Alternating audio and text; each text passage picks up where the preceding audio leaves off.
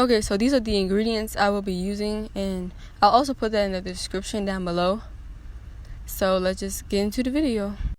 First, you need to use a macaroni, and you need a half a cup of macaroni. And I'm using a plastic bowl because I don't want to use any dishes, because I don't want to wash the dishes. But most likely you'll use a mug for this recipe. And then you'll need to use some water. You can use tank water if you want to, but I was going to drink the rest, so I was like, I might as well use this. And that's my little brother being extra and weird, so just forget about him. And then after that, you need salt, and just put like a pinch in there, and make sure it goes throughout the noodle. And this is how it should look after. And then you want to put it in the microwave for like 2 to 4 minutes.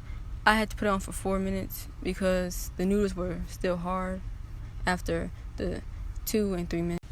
And then after that, you want to add your cheese. And I'm using Colby Jack cheese because it's just delicious. You can use mozzarella or cheddar, whatever you like.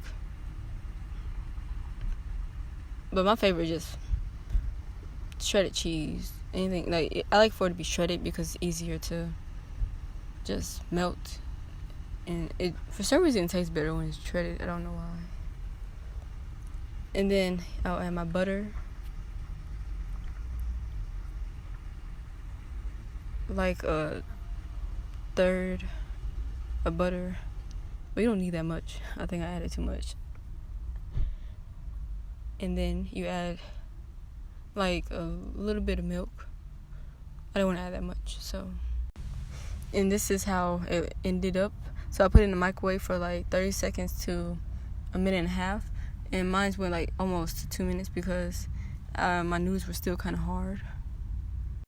Here's results, and for you not to have a hard time cooking it, you should mix the noodles while they're in the hot water for like 2-3 minutes, and that's it.